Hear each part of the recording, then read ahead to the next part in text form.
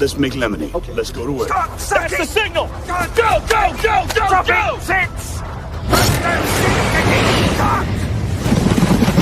It's beautiful!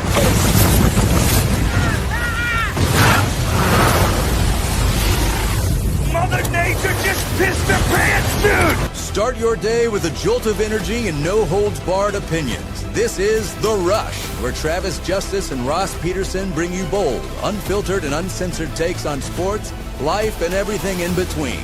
Buckle up and let's go.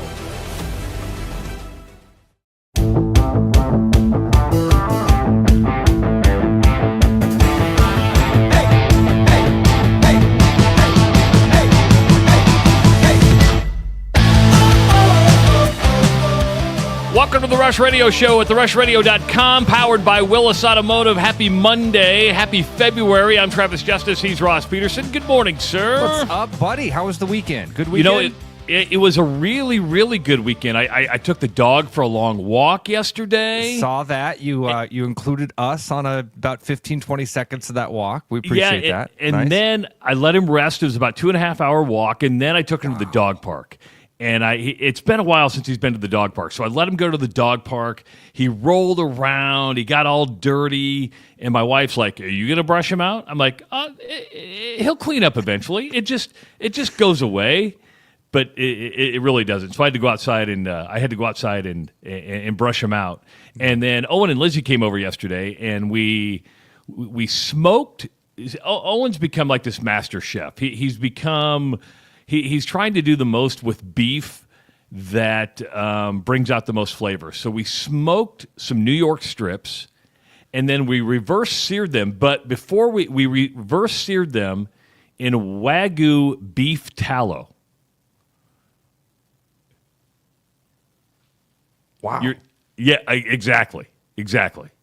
Where do you procure some Wagyu beef tallow? Is that a Brooks Reynolds phone call? He just went to this place in Omaha called Just Good Meats, and it's basically lard, right? It's fat, but it's fat from a Wagyu cow, and Wow. it was really good. For an Iowa boy, I should know this. Okay. What's a Wagyu cow? I mean, I've had Wagyu beef. I've had Wagyu steak. I just thought it was a way that they fed the cow. I thought I didn't. Is it actually a cow? I thought it was. Is it actually like Berkshire pork is actually or Brookwood Farms actually uses Berkshire pigs? That's like a breed of pig. Is Wagyu a breed of bovine? Well, I don't even know. I just hear the word Wagyu, and I know it's that's really good flavor. That's all I know. I know. I don't know exactly what it means. Marbled in some way. Yes. I didn't know I have no idea. I'm not trying to put you on the spot. I need a Wagyu wiki right now. Trevor says it's a Japanese cow that's known for its marbling, but there is American Wagyu, if I'm not mistaken.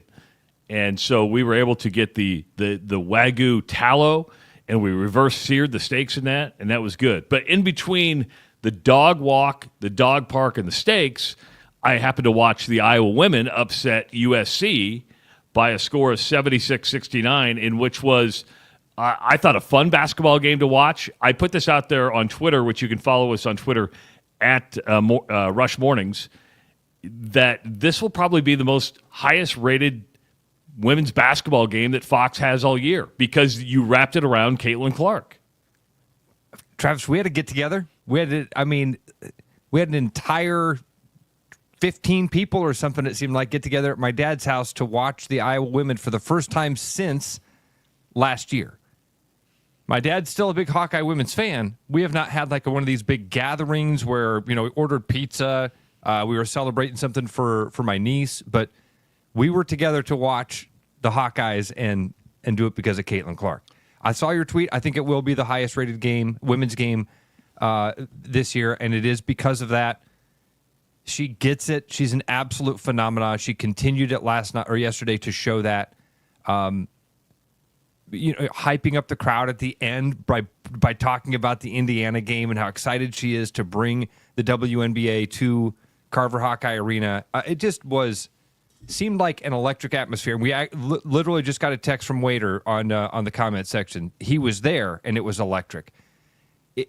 It seemed you felt that over the TV of how much energy was coursing through that place. So, well, and I don't mean to be negative, and this is going to come across as negative, but it was a realization that Carver Hawkeye Arena can be a home court advantage and has electricity. And when the students are in it, when the crowd is into it, it can make a huge difference, something that men's games have been lacking, not just this season, but for several seasons in a row. And I even think yesterday for the women's game was even hyped up even more, maybe more a little bit more than what even when Caitlin Clark played, because you had number 4 USC, you had Juju Watkins, you had this right. powerhouse team in the house. That's a great point, Trav. If you would have done this against a bottom feeder in the Big Ten, if you just would have done, you would have packed the place. It wouldn't have been electric like that. And by the way, the game was amazing.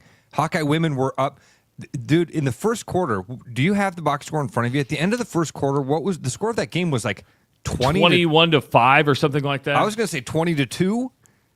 And then were they losing at halftime? Yes. They were down at half as USC had a great second quarter. Iowa outscored them by, I think, 2 in the third, and then pulled away in the fourth. And they did it without Hannah Stolke. Hannah Stolke got into foul trouble. She went to the bench in the third quarter, and Jan Jensen found a rotation that just seemed to work for her. And I don't think Hannah Stolke played the rest of the way after she went out late in the third. Didn't even realize that, honestly, Trav. I mean, Allison O'Grady was playing well. Lucy Olson took over in the second half. She ended up with 28 points. And she's been criticized at times this year, but she delivered yesterday when she had to. And it was a fun game to watch. And I'm kind of like you, Ross. I think I watched every Hawkeye women's game a year ago. This was just the second one I've watched this year. We got together every weekend at my dad's last year. Every weekend we were together. He was hooting and hollering. And so the passion has certainly not died off, but it's almost like this restirred that pot in some way. Now, again, we're making plans to get together for the next game. So is this a one-off? I mean, do you have to have Caitlin involved? I shouldn't speak to it. Waiter, our listener that was there, have you been to other Hawkeye games this year? Was that your only one? How did this one compare to the others? I'm just assuming that this one was off the charts on that energy factor compared to those other games, and I'd like to know if I'm wrong. I bet you're not wrong, just because they haven't been as good as they were a year ago.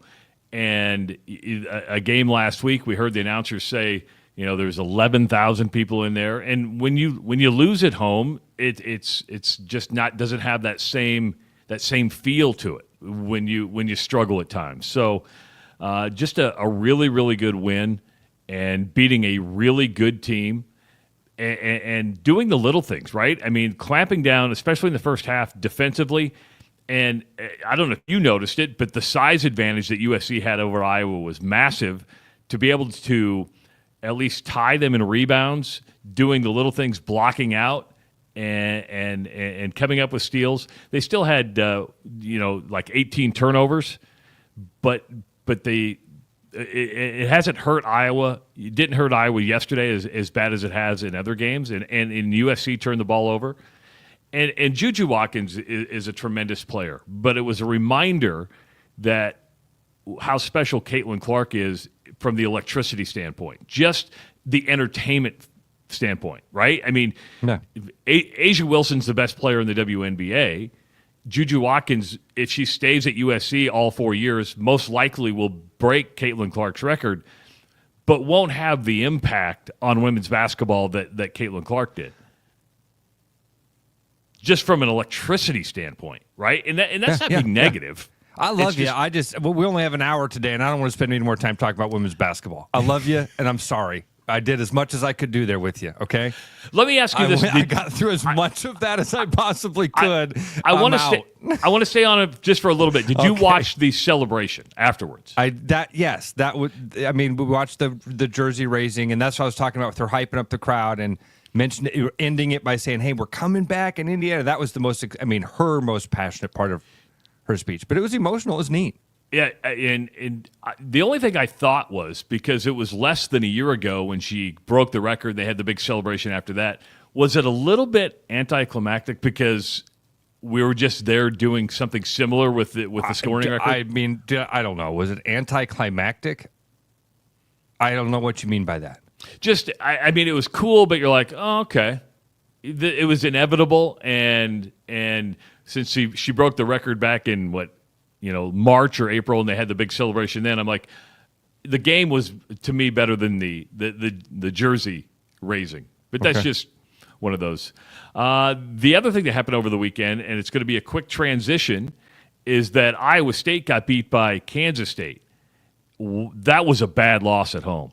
Bad loss at home. Do you chalk that up, Travis, to, I mean, I don't know, how much blame for these last two losses can we just put on that road trip that they were on? Because, man, that team didn't look like they were ever in that game. I mean, like, emotionally charged, like that. You've seen this Iowa State team come out on fire before. It didn't seem like there was anything there. You know what it is, Ross, and I've been around college basketball a lot, almost 40 years now. And it doesn't happen to every team, but it happens to some teams, and it even happens to really good teams. Look where we're at in the season, right? It's a long year, and you hit that little bump in the road late January, early February, to where you're just tired. You've run out of gas. The travel schedule has changed this year. You go to it does make a difference to go to the West Coast, and I'm going to say Arizona's on the West Coast. I think that plays a little part in it, and then you have the emotion of Kansas State, Jerome Tang, that whole deal. And sometimes you put too much. You want something so badly, and I know they wanted to kick the crap out of him because Jerome Tang accused them of cheating a year ago. And you put so much emphasis on it, and you just go ice cold in the second half, and you have another team that's like, okay, we don't have any fear. We have nothing to lose. Go out and play your game, and don't worry about the crowd. I didn't even think of Travis. I was putting so much more onus on the travel. Do you think that that thing with Jerome Tang, I felt like that was much more of a fan. I thought the fans would have more of a passionate reaction to that than the team would. Do you think that stuff affected how the team was preparing? Yes. Or okay, yes, I really, really do. I think when you get accused of cheating, it's something that sticks with you for a little bit. And when they come back into your house and you're like, you know what, we're going to prove you wrong. We're going to prove you wrong. And you put kind of that pressure on your shoulders. And you're coming off a loss, an emotional loss against Arizona. You've got this emotional game at home. And then you've got Kansas, which is coming up tonight. Yeah. Right. You know, quick turnaround for a really big game. Yeah. Okay. So a lot of factors there, but all of those things, those are not excuses. Those are reasons that led to those back-to-back losses. Getting around the fact, Travis, it is a bad loss. It's a home loss. It's one that conference loss against a decent conference team and a great conference. It still shows up as a bad loss. It's a home loss where against an unranked team, and you're a top 5 team in the country. I took some crap on Twitter because I just said, "Hey, that's a bad loss for the Cyclones," and a guy jumps on and goes, "Oh, you never talk about Hawkeye bad losses. Typical Hawk fan." I'm like, we talk about bad Hawk losses on a daily basis. Hawkeyes haven't had a big basketball game in a long time. All right, they haven't. Relax. Hawkeyes haven't had a big basketball game in a while. Then you turn around and play KU tonight, which will be another emotional game. Kansas was up big I think they were up 17 on Baylor. See, I thought it was even 20 in that game because I flipped that one off as well, turned it on, saw that they were up early and big and thought, oh, this game is over. I thought it was a 20-point game. Maybe it was as big as 17 or something. Yeah, but they blow that. I think it's the biggest loss or biggest blown lead that Bill Self has had in his career at KU. Wow. So you're going to have a team that's fired up tonight, right? Knowing that it's in kind of a must-win situation, and just tonight's going to be emotional at Fog Allen. There's no doubt about it, and it adds even more pressure to Iowa State. But the end-all be-all isn't winning the Big 12 Conference regular season. And really the end-all be-all isn't winning the Big 12 tournament. The end-all be-all is the NCAA tournament, where this team, when it gets Milan Momcilovic back, will be sitting in a much better situation. And, Ross, let's not forget we're seeing an Iowa State team that's playing down a little bit, right? I mean, when you lose a little bit of that depth, that plays a big part in what goes down. And the bench was outscored, 21-4 or something like that against K-State. So you're seeing that lack of depth play a part in this. I like the big picture approach on this, Trav, because even, let's do worst case scenario tonight. You go down and lose to Kansas, which is, losing at Kansas doesn't affect you much. That would not be a bad loss. Not a bad loss. Thanks for saying it that way. But 3 straight losses when you hadn't had 3 losses all season a week and a half ago. But look ahead at this, because the rest of the schedule softens a lot. You've got Kansas State at the end of the season again, so you can get that one back. Got to play at Houston. That's a really tough game. That's the only Houston's the only ranked opponent left on the schedule for Iowa State. So remember when Derek called in one of our first shows and said, hey, I could see Iowa State with 4 or 5 losses. And I poo-pooed it. And Derek might be right. No, you might have 4 if you lose the Big 12 championship. I did the same. We both barked back at him a little bit. Now they're sitting with 4 losses. Going to travel to Houston. That's a really tough game. Other than that, you got lots of time to get things feeling. Again, I don't even right the ship is too strong of a term. Get things right is too strong. Wash this away, I think, is the right way to put it. We all know that this team is fantastic. Fantastic. You just got to get this last week out of your head here a little bit. And again, tonight, if you win tonight, then, like we always say, winning cures it all. It does. You're going to feel great about it. And they'll be like, it's all right. We traded those losses for this big win. Lose tonight, I think the attitude has to be, it's okay. This sucks that we've lost 3 in a row. This is not the team we are. And in March, we're going to laugh back at this week of basketball. 515-517-2303 is the number to call if you want to participate in the show. You can also tweet at us and leave comments if you're watching on YouTube as well. We are only here until 7 o'clock today, so it's a short 1-hour show. I've got some corporate synergy things I got to do for the next 2 days. These were pre-planned before we relaunched the show last week. So personality anagrams, you guys gonna find out if you're DLs or if you're C5s or I'm an Enneagram 5, I believe is what I am. I'm an Enneagram 5. How many Enneagrams are there? 7? 8. So 9 billion people in the world, and we all fit into 8 categories. I think that's what we've come down to. Yes.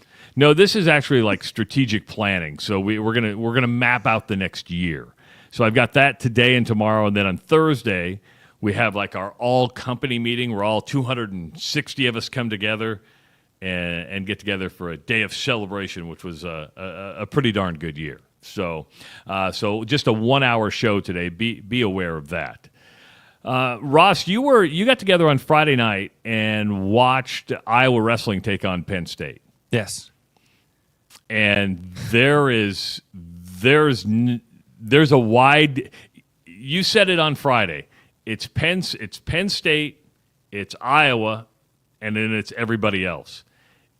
And Penn State might have either Penn State went up on that pyramid or Iowa went down on that pyramid because it was a butt kicking, or a little bit of both. Trav, it it was Friday going into it. We knew Penn State was favored. We knew Penn State was probably going to win. You just hoped to see closer matches than what you saw. It is shocking. It is shocking how Cale Sanderson has this team ready to, every single wrestler ready to go at an elite level at all times. At all times is a bit of a stretch because they do lose from time to time. They have had some slip-ups, but man, when it matters, when the lights are bright, they don't slip. It is a chasm that exists. And like, so I had Hawkeye friends on Friday saying, all right, time for the brands to go. It's time. They can't keep up with Cale. You're right. They can't. Who else? Nobody can. There you go, Trav. I would love to be able to say, yeah, you're right. So go get so-and-so and bring him in. Now, it doesn't mean you don't try. You try to find that next Cale Sanderson. And I don't know who that is. There's a group of names that are out there of guys that people would like to see get a shot. I don't know who that is. There's nobody that is a lock to go out there and go track down this machine that is Penn State wrestling, man. It's something, Travis, like 12 of the last 14 national titles. Right now, there are 3 coaches in the country that have won a national title. 3 active coaches in the country have won a national title. Cale Sanderson, Tom Brands, and who else? And Ohio State's coach, Ryan. Okay. I think that's who it is. I think those are the 3. You know, and I saw that chatter as well about the Brands. But if they have the second best, and there's a pretty wide gap between number 2 and number 3. I mean, they kicked the crap out of Maryland last night. Not that that's saying anything, but if you have that number 2 team and there's a wide gap between 2 and 3 and everybody else, don't you have, unless you get Cale Sanders himself, I don't know who else you would get. You're not going to do that. I mean, no. You have to build something. You've got to go. A lot of people in the comments are saying Schwab, the UNI coach, move him. He's done an amazing job with no resources. With limited resources, what happens if you turn over that Iowa budget to them? I mean, Iowa allegedly or supposedly gave $1 million to $500,000 to 2 different wrestlers who both came and got beat. So you can throw money at it. That ain't it. The money's not the thing. You got to find the dudes. You got to find the coaches and that can get the guys, that can train them up. Cale he's got some sort of unicorn sauce right now, man. I was with my buddy James on Friday night, was sitting at the bar, and I went up and started talking to him, and he said something so brilliant. He said, man, it's like he has some sort of intrinsic knowledge about the sport that nobody else has. Yeah. Yeah, that's whatever you just said and whatever you just meant, that's what it is. He's got something, some knowledge about the sport that he's able to pull these guys in and whisper in their ear. Okay, you want to know the secret to this thing? You want to know how you win all the time? You want to know how you dominate the best guys on the planet? Dude, what an iconic moment. Had this happened in a Hawkeye singlet, man, we would be blowing this thing up. When you pick a guy up, you know you're going to win the bout, and you hold him in the air and then pump a fist. Blood pouring out of the guy's nose, bandaged up. That used to be the Hawkeye guy. That used to be the dude in the Hawkeye singlet used to be the one that everybody in the room went, holy shit. That's a bad dude. Who's the baddest dude in the room? Well, he's wearing the Hawkeye singlet. Not anymore. This is going to be blasphemy to a lot of people in the state of Iowa. But everybody thought there would never be another Dan Gable. There is. And for how young he is, when this is all said and done, Cale Sanderson will go down as a better coach than Dan Gable. I mean, yeah, Travis, it is one of... I don't just say this as a Hawkeye fan. He is standing on the shoulders of Dan Gable. So you're right that he will go on. He will go on to do the bigger heights than Dan Gable. But if there hadn't ever been a Dan Gable, I don't think there's ever a Cale Sanderson. And if there's not a Cale Sanderson, there won't be the next guy. Maybe that's Spencer Lee. I mean, he seemed like he was one of those guys that was really dialed in, could recruit guys to come in to the program. So Yeah, Friday sucked though. Friday was an eye opener on a couple of those different weights were shocking, where you just sucked the air out of the room. Yeah, it is because I think everybody has. It's amazing to me still how passionate people are about. And Iowa's an anomaly. Iowa and Pennsylvania are anomalies. In Oklahoma a little bit. I know Minnesota's got some passion for it, but when it comes to wrestling, it's Iowa, it's Pennsylvania, Oklahoma, Minnesota. People are passionate about the wrestling team. And were there a lot of people gathered at your bar watching the wrestling meet? Yeah, we had a group of about 15, and I mean the bar was packed full of people. And at what time did they say, "Can we turn the channel, please? Can we turn the channel, please?" When Nebraska came on. We don't want to see that red. Get that red out of here. Oh man. So yeah, just from the good about the only good thing that happened locally over the weekend was the Iowa women, because with Iowa State losing, the Iowa wrestling team losing. And I promise I'm not in a grumpy mood. I knew we had a lot to discuss, and we have a lot of fun things. We have an hour today, unfortunately, and that's Travis's fault.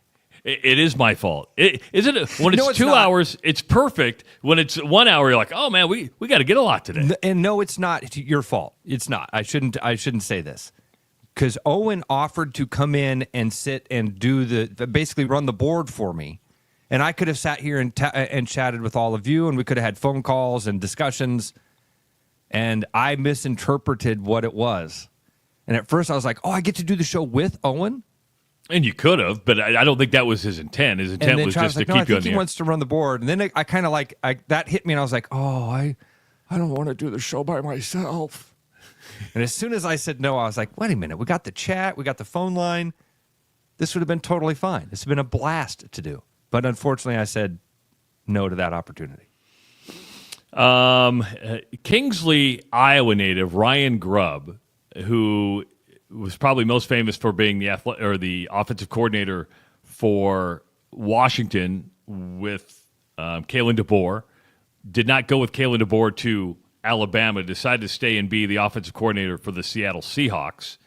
He was relieved of duties after just one season with the Seahawks. And on January 6th, he is going to go to Alabama now, Ross, and be the offensive coordinator. So those two are being reunited. And I bring that up. Normally, that's not conversation, but being a Kingsley, Iowa native, went to Buena Vista.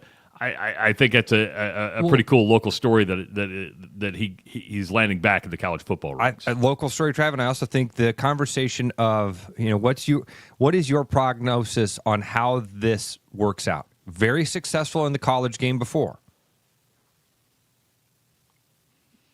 Does going to Alabama fix what's happened? Fix what's happened. Do they win a national title again if they just get a new offensive coordinator? I don't know if that's the case, but sometimes there's just synergy and chemistry between two people. Yeah. And I think, Kalen DeBoer wanted to bring him to Alabama last year. He was going to Alabama. And then he said, oh, I got this opportunity with the Seahawks. I've never been in the National Football League. I better try this. And, it's kind of like you and I. You could do a show with somebody. I was able to do a show with somebody. It was fun, had a great time, but we just like doing the show together, right? Yeah, and sometimes there's just this connection. And I think Kalen DeBoer and Ryan Grubb have this, going back to Fresno State, going to Washington. And I think Ryan Grubb will be a head coach someday in the college ranks. Where that is, who knows? But I think it's good that he gets reunited with Kalen DeBoer. I think that'll make Bama fans happy, and Kalen DeBoer needs to make something happen. He had a great year. He didn't have a great year. He had a good year where he was on the cusp of a playoff, and he's still under pressure. Like, that's not good enough. It's That's not. Why I say, does it fix what's wrong at Alabama? And I kind of stopped myself there, realizing what's wrong at Alabama. Well, they didn't win a national title. Yeah, that's what's wrong. They didn't win it all. That's about it. 515-517-2303 if you want to participate in the show. Make sure to visit the rushradio.com. That's the rushradio.com, where you can listen to the stream live. And just kind of if you're listening on the stream now, just know that if your stream becomes a little interrupted, I've had some people say, just refresh your browser, and that should help that out pretty quick. Just hit refresh, and that should get you going again. If you want to communicate with us, you can always do that.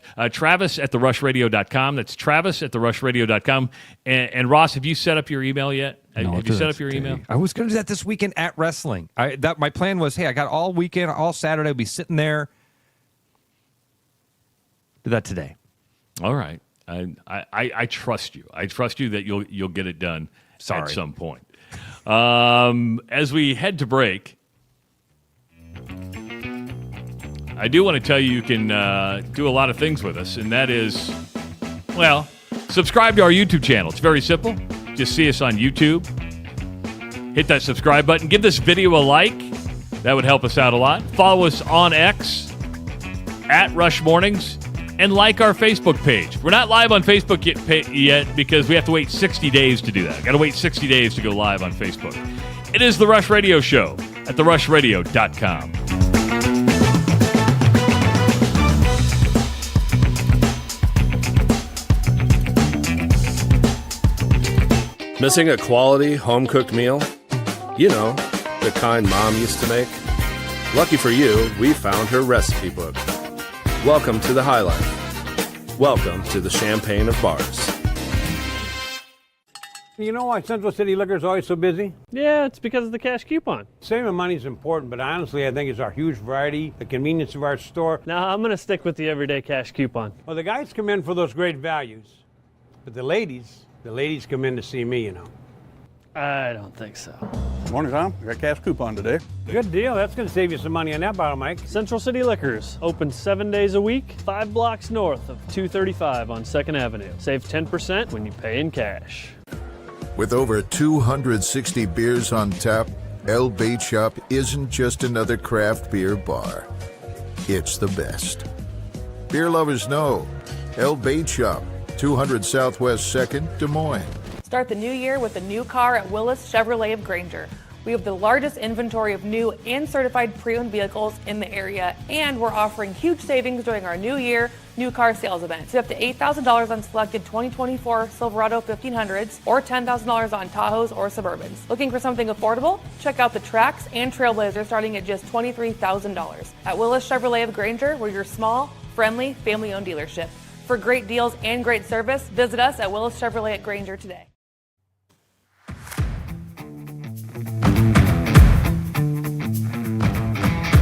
Listen all day long at therushradio.com. Just hit the listen live link, and the show is always looping. You can also find a replay of the show on your favorite podcast channel.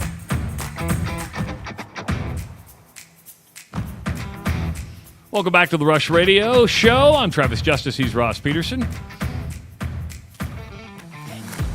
We talk a lot about it, a lot of different things here, right? We have no problem talking different things.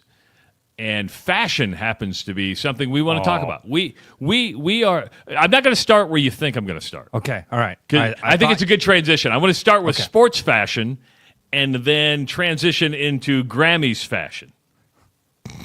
Yes, Grammys, folks.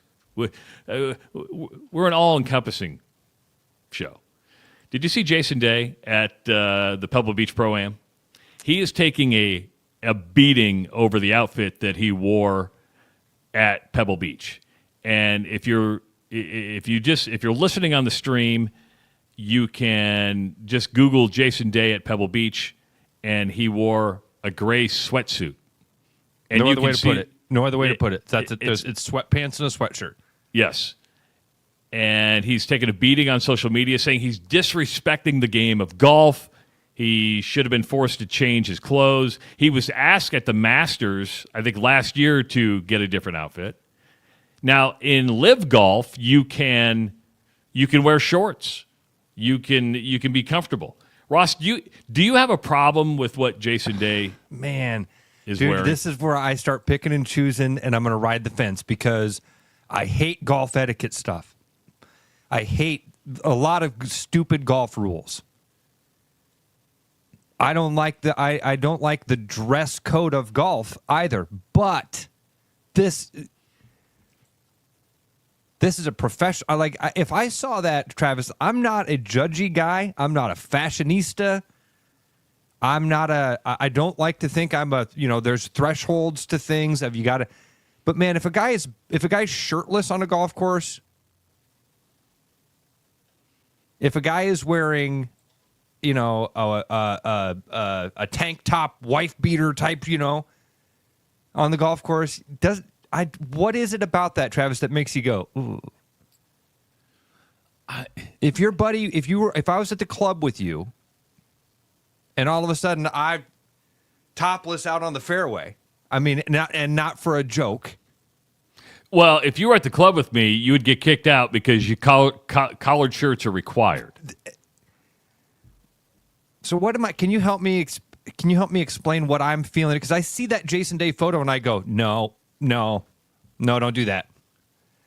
You don't get to do that. Because in live golf, you most of those guys are wearing shorts, but they're golf shorts, right? You look nice. You look nice. Yes. This just looked like you rolled out of bed on Sunday and you went to the simulator to hit some balls. I'm telling you, if I pulled up at Woodland Hills and one of my buddies rolled up wearing a gray sweatsuit, I'd be like, you got other pants? You have shorts on underneath those? You were rocking the sweats on the golf course today, huh? All right. Power move, man. And maybe it was the drawstring that was showing, right? You're like, okay, nothing says you are really wearing sweatpants than the drawstring. Now, see, Marcus, I did have my shirt off at a country club. I did, Marcus. You're right. But you were on the radio. You weren't golfing. And it was just for a moment, just for a picture. It was. Anyway. So I don't know. I can't. I'm having a hard time figuring out why my brain is doing what it's doing here, where I don't like it. I see Jason Day doing that, and I go, "Nah, man, you're taking it too far." Shorts was cool. You can even wear a shirt that doesn't have a collar as long as it's nice looking. And again, that now we're getting into that thing of like, what is pornography or what is art? Well, I'll know it when I see it. What's acceptable? I know it when I see it, and that ain't it. That's unacceptable. That's too casual. That's too casual Friday. Now, Wimbledon has this, right? I mean, tennis players have pushed the boundaries of Wimbledon where you have to dress in all white.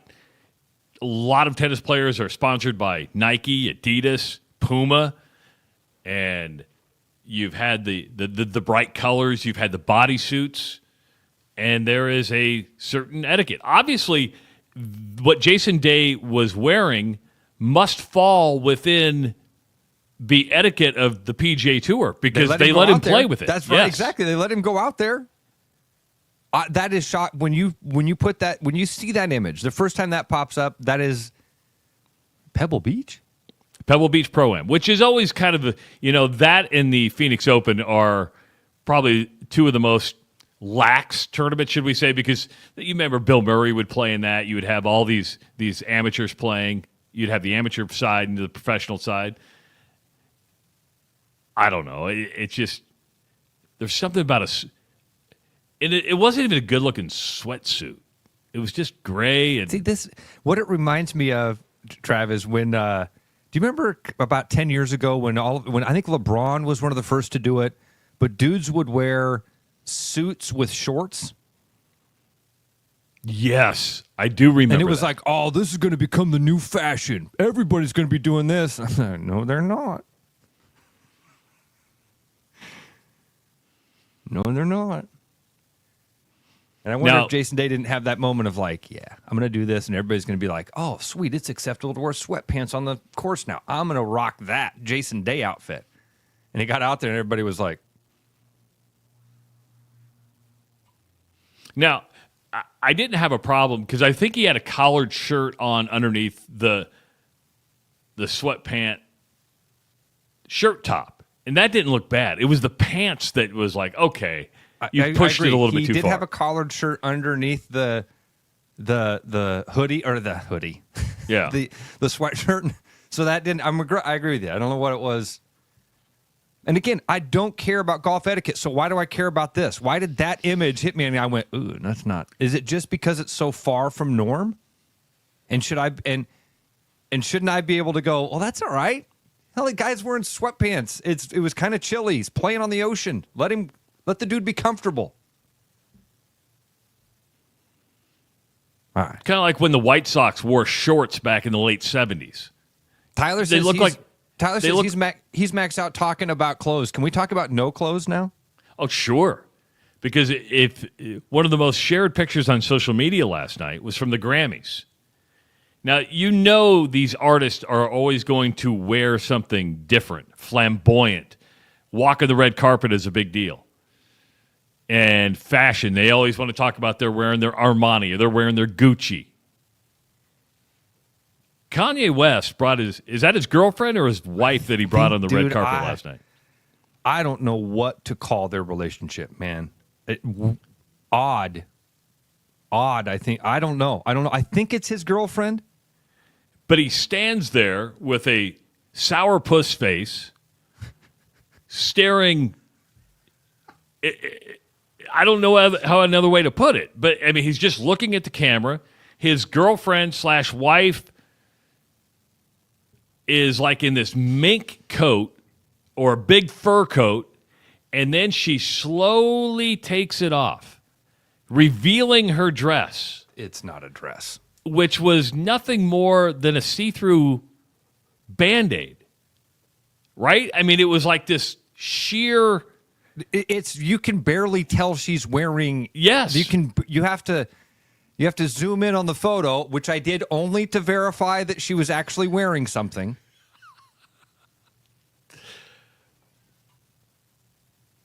Chat says that is his wife. Man, it feels weird. It feels I don't know. Again, man, I try not to follow Kanye or what all is happening, but that was hard not to follow.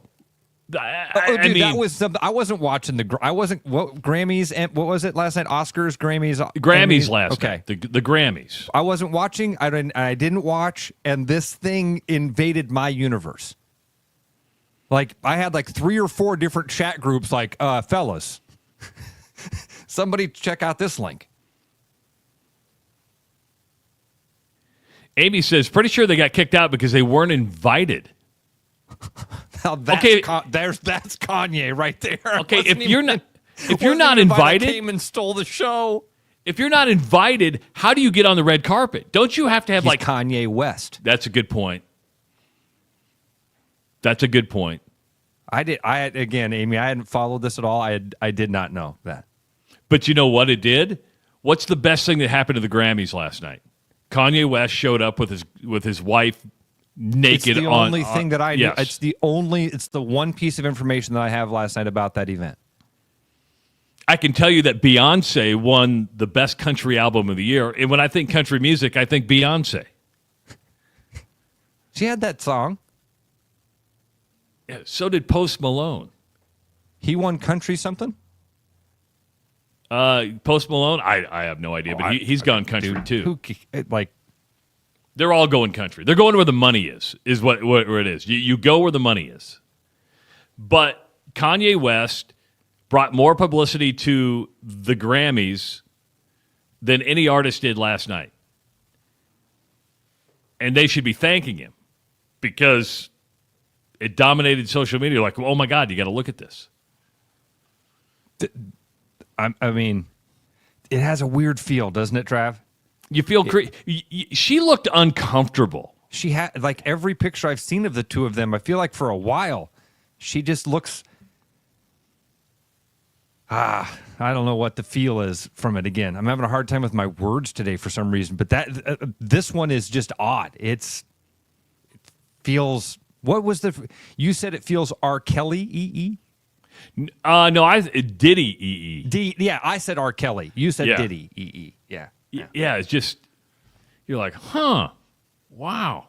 Okay. Honey, do you want to wear this tonight? You want me to wear nothing? It's weird. I'm going to make you famous. I'm going to make you famous.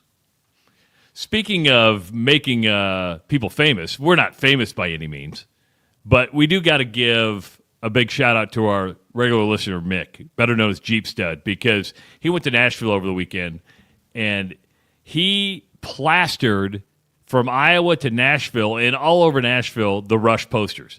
He put them in Ryman Auditorium. He put them in the Grand Ole Opry. He put them in like every place that he visited. He wore the Rush shirt and put those Rush posters up. People are probably like, well, the Rush with Travis and Ross, what is this thing? Hope they found us. Hope they found us. How you doing? Two dudes doing a radio show wearing glasses. And Ross was all worried about his glasses today. I was going to take off. I don't like the glare. You really can't see it. Like okay. Right, yeah. The glare on my forehead's enough. Dude, that'd be downer. You're fine. At least you have Can hair. you do that with your lip? Do you have one of those? No, I can't. I don't know. Right. I don't know. The other major thing that happened in sports, Luka Doncic was traded to the Los Angeles Lakers over the weekend, which was kind of this surprise. You're like, Dallas, did Dallas just give away its franchise? Your franchise player? Trav, I thought that same thing, dude. When I heard this, and then there is more. There are more players involved in this trade, but I don't even know who these other guys involved are. So I don't know if there's something that Dallas is looking for in grabbing these other dudes. Because to me, it doesn't make sense. I've never thought that Anthony Davis lived up to the hype.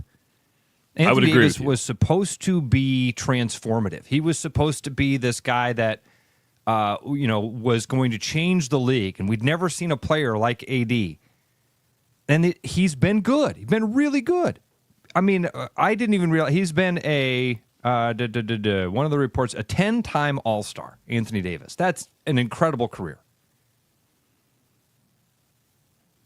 This trade just doesn't make sense to me though, because what I know about basketball, Luka is a guy that needs the ball in his hands. He's going to play with LeBron James. Now, maybe Dallas, they've got Kyrie, and maybe they're looking at it as Kyrie can take over as that kind of face of the franchise.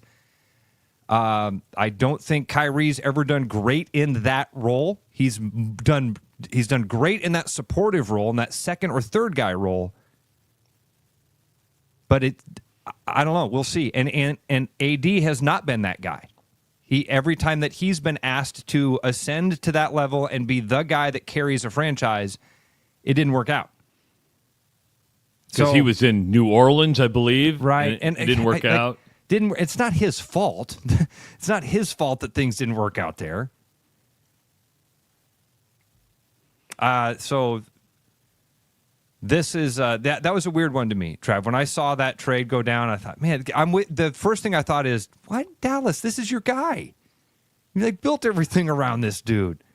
Did you find it weird? He did like this goodbye post, and he thanked fans. He never brought up the franchise, a franchise he won a world championship with, and you don't thank the franchise. Was there something broken there?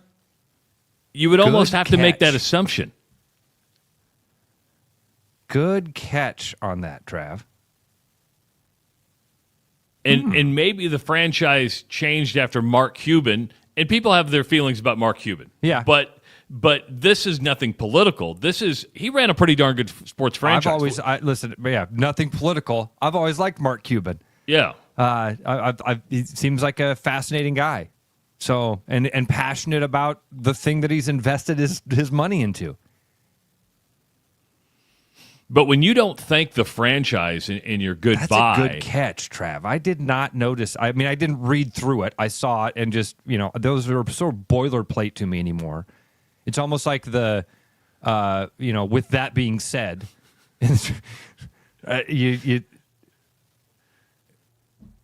Yeah, the made for social media post that the recruits put out where they thank God, they thank Jesus. They led him towards being a Hawkeye or Cyclone. And with that being said, I've entered the transfer portal. I do have to thank Brian because I forgot about one of the funniest singular insults in sports history, I think. I forgot all about this, Brian. Brian just wrote, "In what world is street clothes a better player than Luka?" Do you remember when Charles Barkley referred to Anthony Davis as street clothes? No. Because he spends more time in street clothes than he does his uniform. Oh.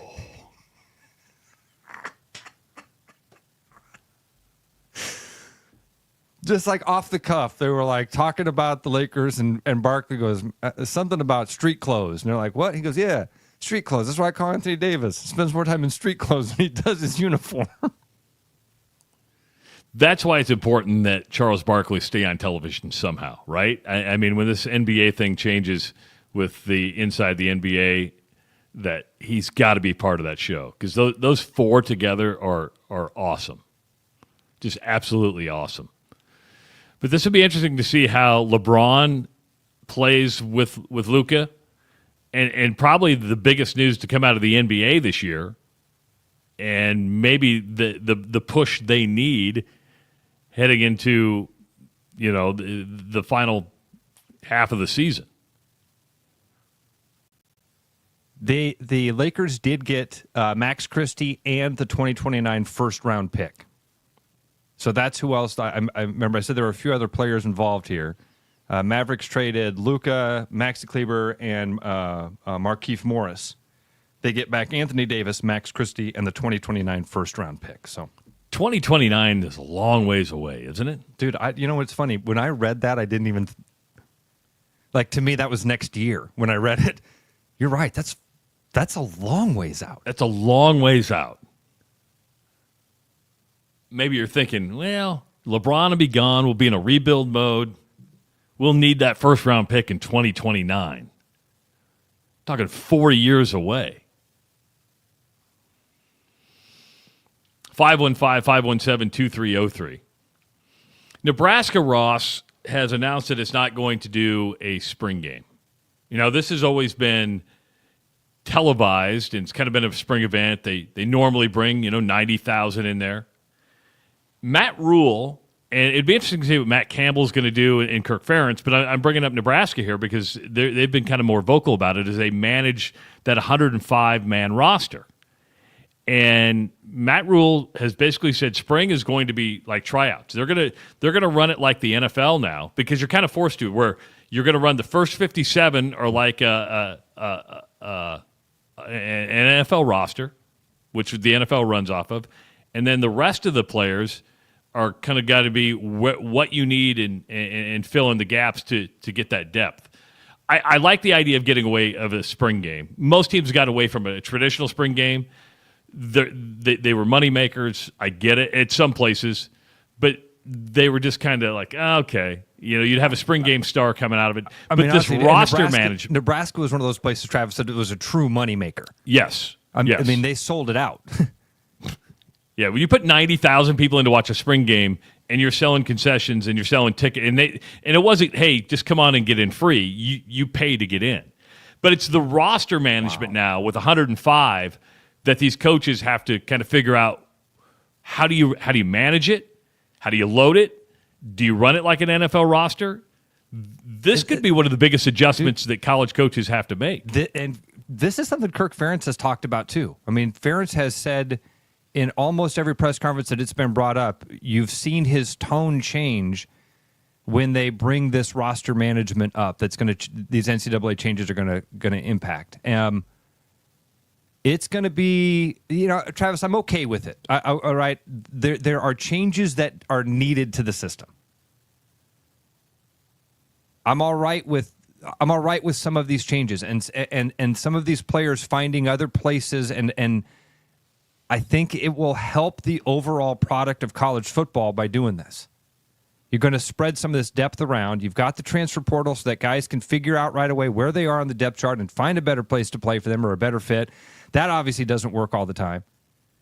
It's going to be interesting to see the different tactics that get employed, Travis, by these different universities.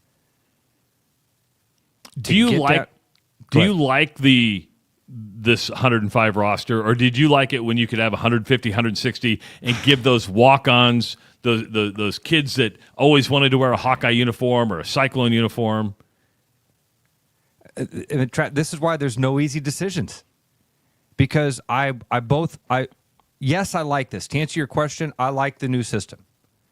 But I also don't want somebody else telling these universities, like the point of the antitrust lawsuit was these universities shouldn't all have to play under the same rules.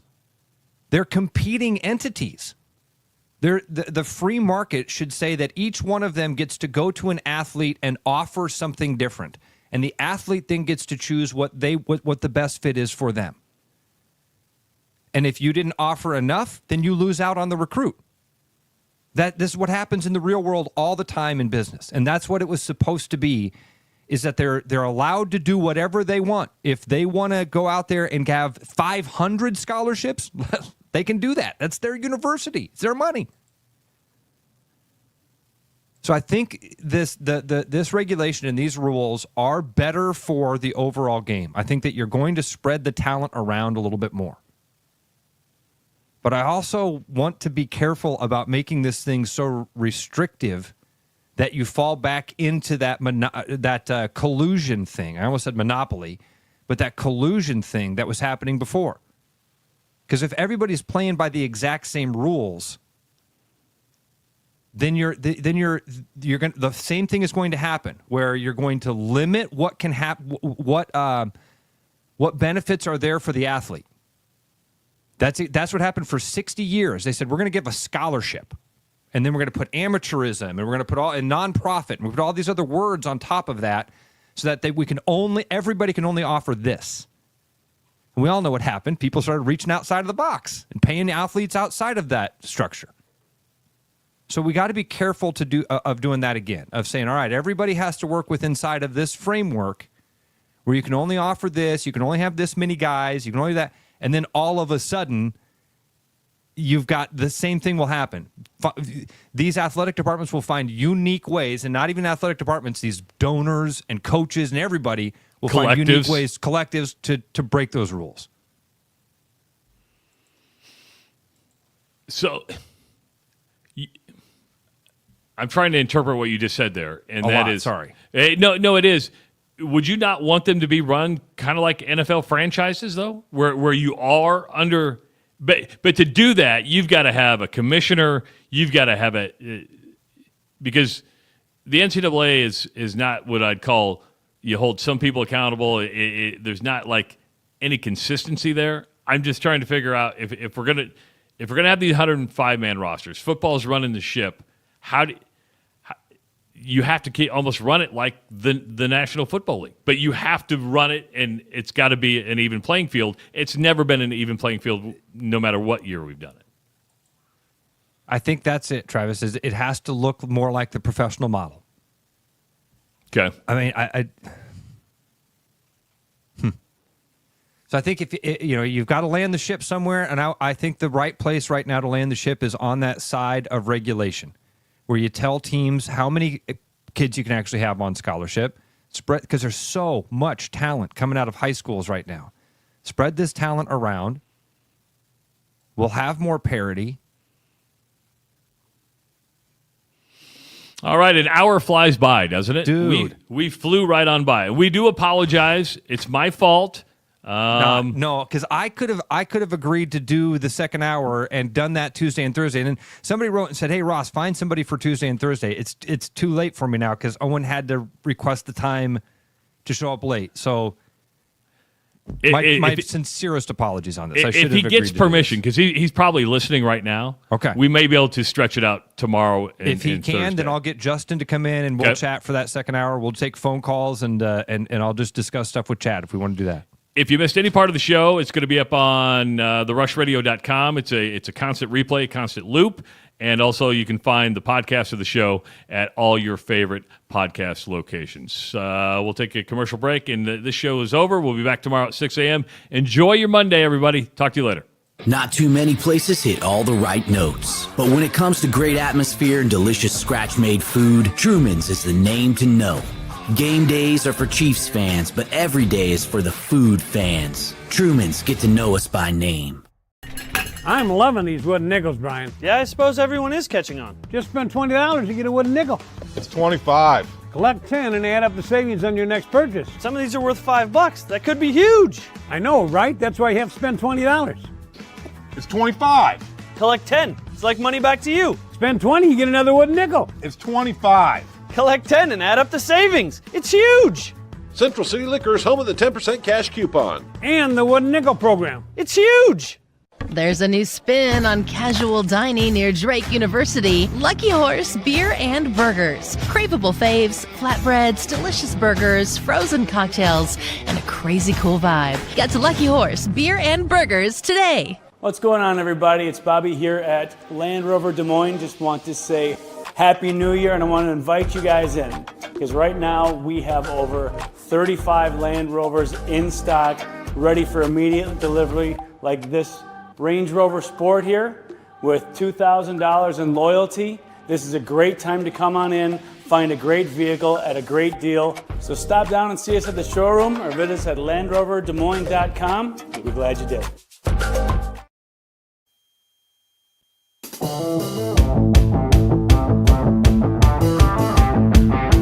One last time, make sure to subscribe to our YouTube channel. Just search The Rush with Travis Justice and Ross Peterson. Follow us on X at Rush Mornings and like our Facebook page. We'll be back tomorrow at 6 a.m. sharp. We'll see you then. Visit therushradio.com. This has been The Rush Radio Show, powered by Willis Automotive.